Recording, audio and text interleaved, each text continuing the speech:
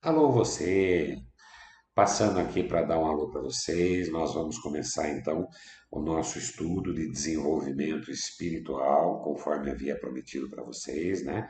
Nós fizemos uma primeira etapa falando do espiritismo, que vinha com aquela roupagem toda, com a influência africana. Eu acho que já ficou bem claro para todo mundo que é muito bonito, mas é desnecessário, não é isso? E agora nós vamos falar de espiritualidade, ou, se preferirem, do espiritismo, mas do jeito mais simples, na sua essência, expondo exatamente o que é o mundo espiritual, o porquê da espiritualidade, tá bom? Então nós vamos combinar algumas coisas, bem rapidinho. A primeira é exatamente isso. Quando nós falarmos e usarmos a expressão espiritismo, deixemos de lado aquilo que nós acreditamos nos cultos, em tudo aquilo que a gente ouviu. A gente vai falar de espiritismo como sendo espiritualidade pura, espiritualidade de mundo espiritual, tá bom? Eu vou tentar ser o mais direto e objetivo possível, menos didático, menos litúrgico possível, ok? E vou, alguma coisa eu vou ler, porque a cabecinha também já não ajuda tanto assim, tá bom? A outra coisa que nós vamos combinar se usa muito quando vai se discutir religiosidade ou filosofia de vida, a palavra homem. Então, toda vez que eu usar a palavra homem, estarei me referindo a Homo sapiens, ao ser humano, e não a gênero ou sexo, ok? Vamos deixar isso claro já para que a gente possa ser o mais compreensível possível.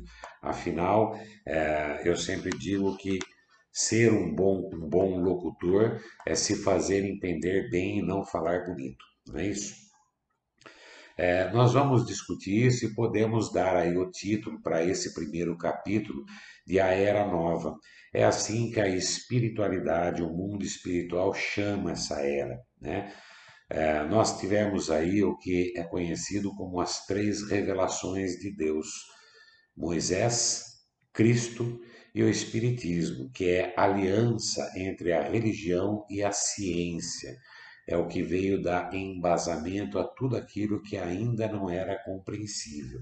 Então vocês vão entender já já, tá bom? Lembrando sempre que a espiritualidade está na Bíblia e tudo que eu falar para vocês agora está na Bíblia. Tá bom?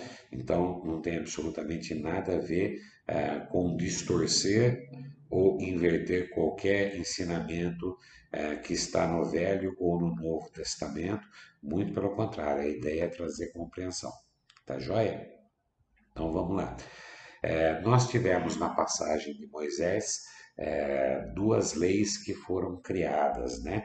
A primeira, da lei mosaica, são exatamente as leis de Deus, aquela que foi promulgada sobre o Monte Sinai, né?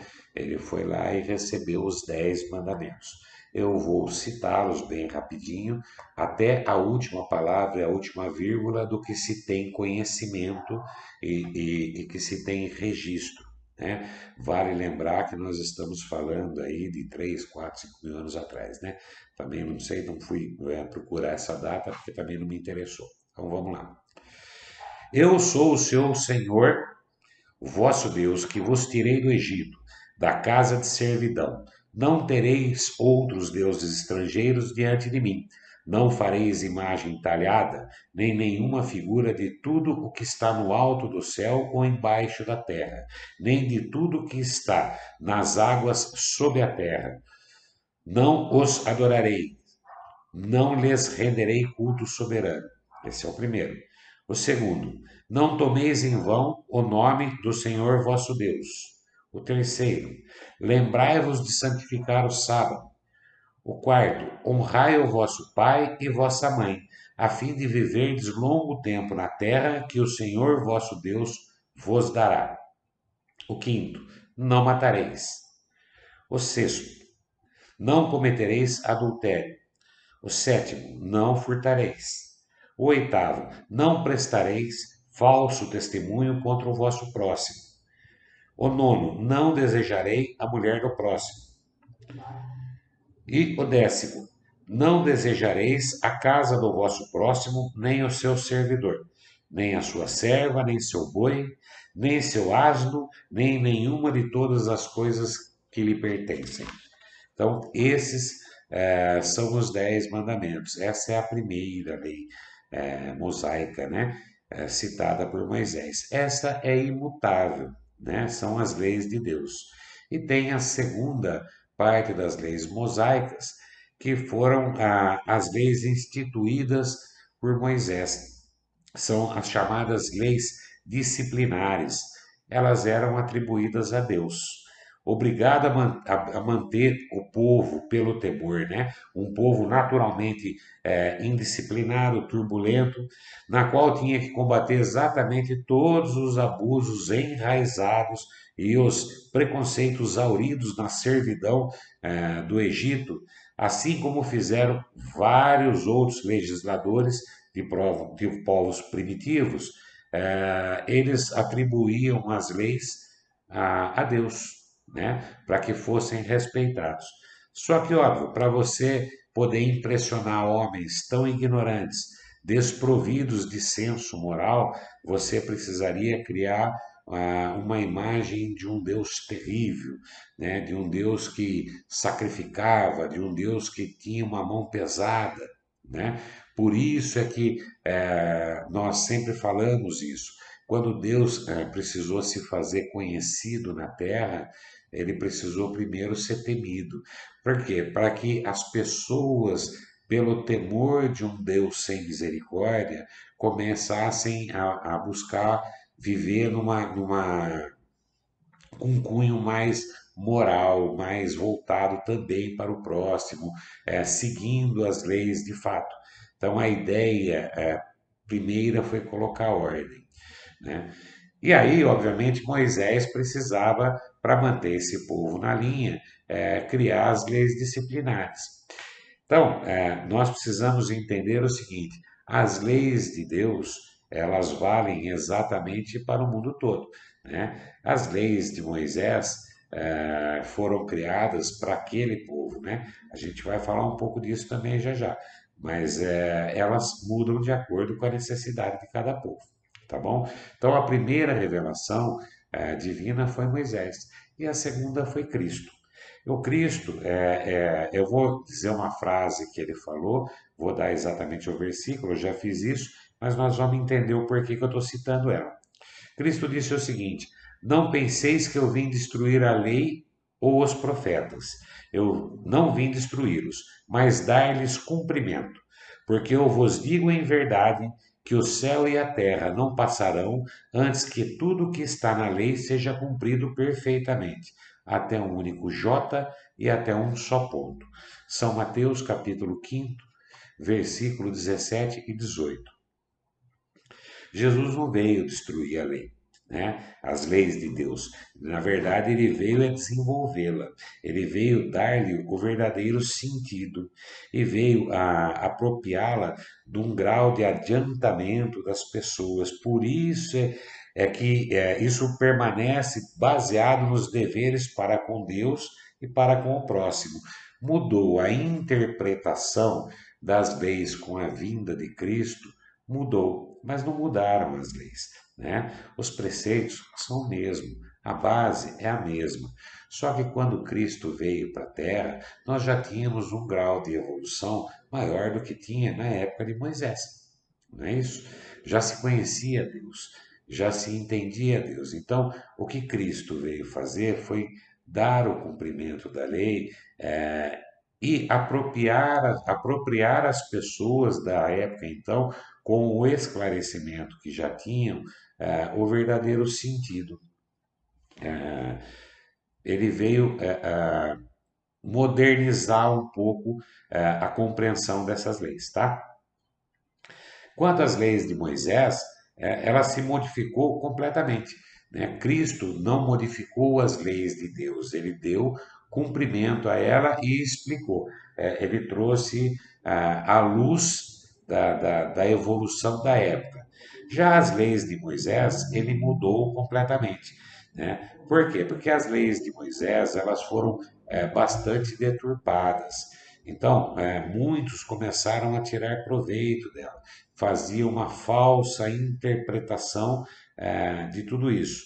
Então, na verdade, o que Cristo fez foi exatamente reduzir essas falsas interpretações, né? E aí ele reduziu todas essas leis de Moisés à seguinte frase: amar a Deus acima de todas as coisas e amar o próximo assim como ama a si mesmo, né?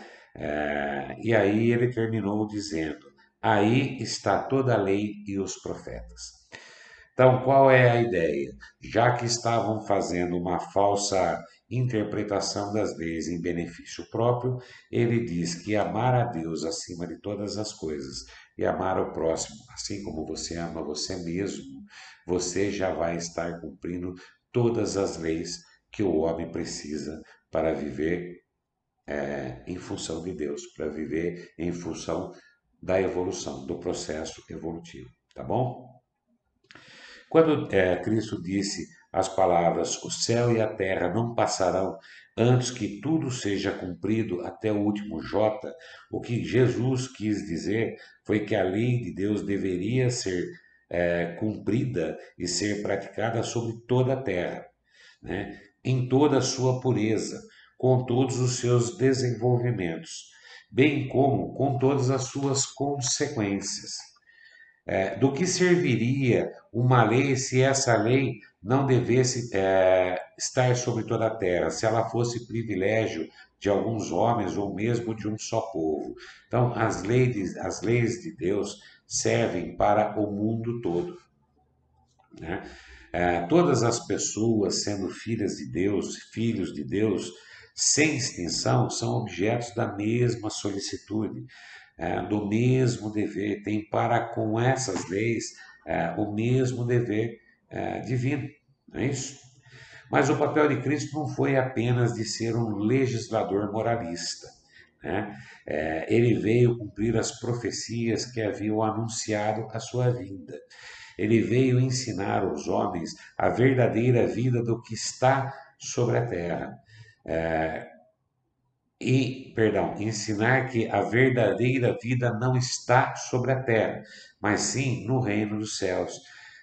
O que Cristo veio mostrar é exatamente que a nossa passagem pela terra, ela é tão somente a preparação para a verdadeira vida, a vida eterna. Ele veio nos mostrar os caminhos que nos conduz à reconciliação com Deus. Veio nos prevenir para a marcha das coisas futuras, para o cumprimento dos destinos humanos e mostrar para nós o que nos espera no reino dos céus, ou seja, no mundo espiritual. Né? Entretanto, não disse tudo o que tinha que dizer. Em alguns pontos, ele se limitou a depositar lá um germe de verdade, né, que ele próprio declarou em muitas passagens bíblicas que ainda não poderiam ser compreendidas. Por quê? Cristo, com certeza, foi um homem muito à frente do seu tempo. Ele já vinha com conhecimento divino, ele já vinha com esclarecimento divino, mas ele chegou na Terra e pegou aqui pessoas que não tinham esse conhecimento todo, que não tinham esse esclarecimento todo. Então, por muitas vezes, ele simplesmente falou em parábolas, né? Parábolas essa que em algum momento seriam esclarecidas e vocês já vão entender aonde está esse esclarecimento, né? E também por não terem sido esclarecidas na época, muitas delas não foram compreendidas, muitas delas foram inclusive deturpadas, tá? Falou de maneira mais ou menos explícita, pois para compreender o sentido dessas palavras, nós precisaríamos ter novas ideias, novos conhecimentos, né? Conhecimentos que viessem dar-lhes a chave, né? A chave, a compreensão. Essas ideias poderiam vir de um certo grau de maturidade, maturidade que ainda não tinha sobre a Terra, né? Uma maturidade do espírito humano. Ele precisou de muitos e muitos séculos para crescer o suficiente para começar a entender isso. A ciência precisaria contribuir muito para a eclosão dessas ideias, né? Para o desenvolvimento dessas ideias. Uma vez assim, precisaria muito, muito, muito dar tempo para a ciência se desenvolver, para a ciência progredir, porque até a ciência da época era uma ciência bastante limitada, né? E aí vem a terceira revelação, que é o Espiritismo. O Espiritismo é exatamente isso, é a junção da ciência e da religião, né? É uma ciência que hoje já está sendo aceita por muitos, né? O Espiritismo é a ciência que vem revelar aos homens, por provas irrecusáveis, a existência da natureza do mundo espiritual e suas relações com o mundo físico, mostrando que não mais precisa ser enxergado como adventos ou eventos do sobrenatural, mas como uma das forças vivas que incessantemente são ativas da natureza, a fonte de uma infinidade de fenômenos incompreendidos, e por serem incompreendidos, muitas vezes foram atiradas ao domínio do fantástico, do maravilhoso. Quando na verdade não tem nada de maravilhoso e de fantástico, não é paranormal, não é magia. A espiritualidade, o mundo espiritual é uma ciência, ele é vivo, ele está aqui, ele está junto conosco, né? Hoje nós podemos dizer que a grande maioria já entendeu, se eu sou um corpo e um espírito, então existe um mundo espiritual, não é isso? Assim que eu sair do meu corpo, a vida não acaba, eu continuo ela numa vida espiritual. É importante que nós saibamos disso, que nós venhamos a entender isso, tá bom? Essa relação do espiritual com o material é o que Cristo fez várias alusões na Bíblia, né? E que por falta desse desenvolvimento, desse conhecimento, muitos dos seus ensinamentos foram incompreendidos e falsamente interpretados. A lei do Antigo Testamento, ela está muito personificada em Moisés. A lei do Novo Testamento, ela está personificada no Cristo, né? Se você pegar o Velho Testamento, as leis eram muito baseadas nas leis mosaicas, né, de Moisés, e fala-se muito de Moisés, da formação do homem, do mundo. O Novo Testamento fala muito constantemente de Cristo, né? E aí nós temos a terceira etapa disso, né? A era nova, né? Que é o Espiritismo. Essa é a terceira revelação de Deus. Mas ela não está personificada em nenhum indivíduo. Olha só, porque ela é um produto dado não por um homem, mas pelos espíritos, que são as vozes do céu sobre todos os pontos da terra, e por uma multidão inumerável de intermediários. É de alguma sorte um ser coletivo, compreendendo o conjunto dos seres do mundo espiritual, vindo cada um trazer o conhecimento e mostrar o que é o universo espiritual e a sorte que nos espera.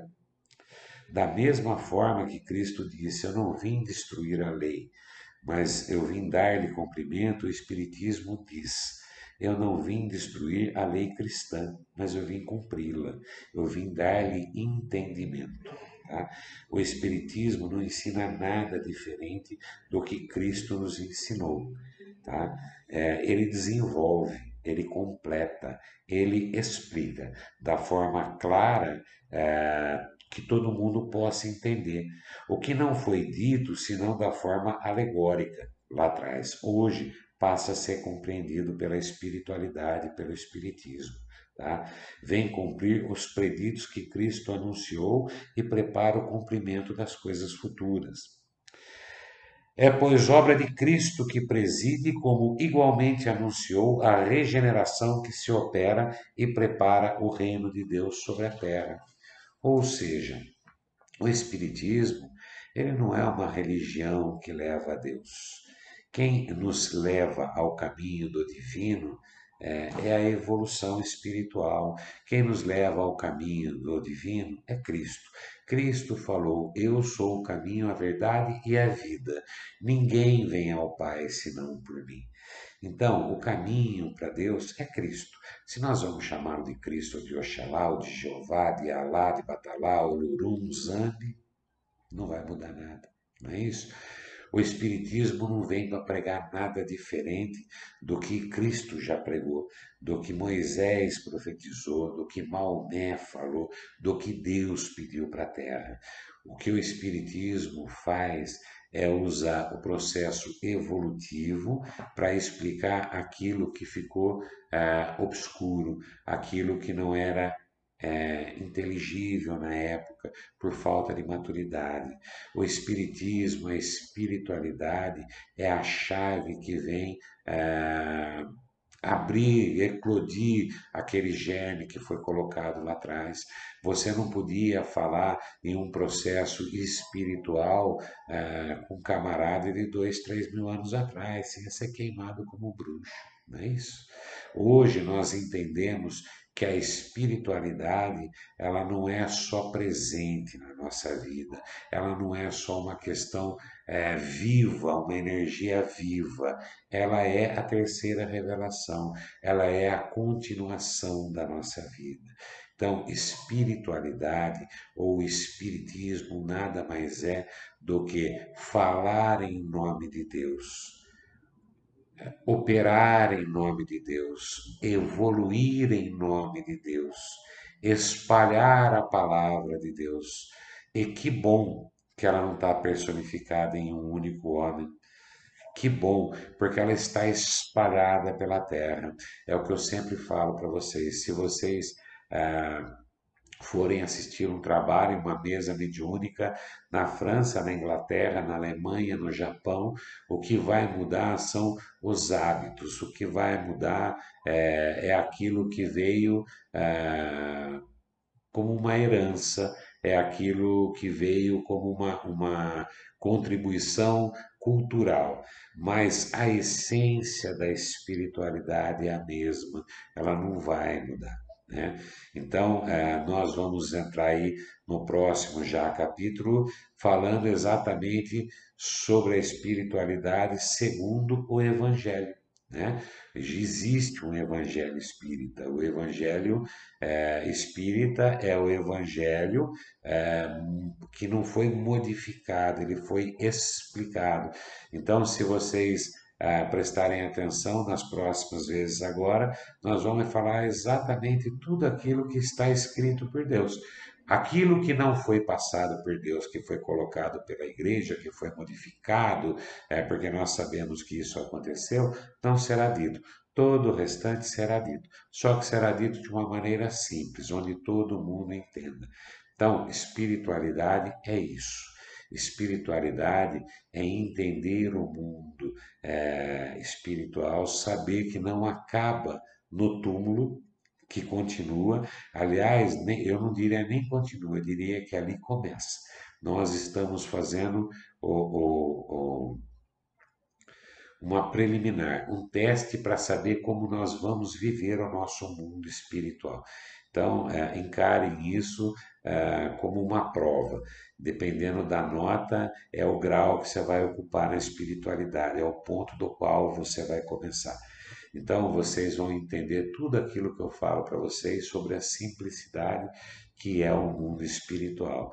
Né? Dentro dessa simplicidade existe a complexidade daquilo que Deus nos pede, mas não que exista nada de fantasioso ou de paranormal. Ser espírita é amar, ser espírita é saber se desenvolver, é saber amar o próximo, é saber ver o próximo com os olhos que você gostaria de ser visto.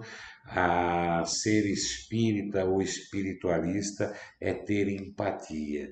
Ser espiritualista é usar o Cristo que está dentro de cada um de vocês. E lembrem-se, todos nós somos espíritos, todos nós temos a mesma força, o mesmo dom, todos nós temos a mesma energia. Nós fomos feitos à imagem do Criador. E como criaturas perfeitas, que têm exatamente a centelha divina dentro de si, se cada um de nós entendermos os preceitos da espiritualidade, o que um faz, o outro consegue fazer também. Fazemos parte de um todo, de um grande organismo espiritual que rege o universo. E nós vamos falar muito sobre isso. E cada um de vocês há de entender a importância do sentimento e da energia que cada um emana. Eu espero de todo o meu coração que Deus me ilumine, me dê sabedoria, tempo e as palavras corretas para conseguir passar aquilo que com certeza Ele gostaria que eu fizesse em nome dele. Tá bom? Um beijão no coração de todos e que a paz do nosso Senhor Jesus Cristo esteja com todos vocês.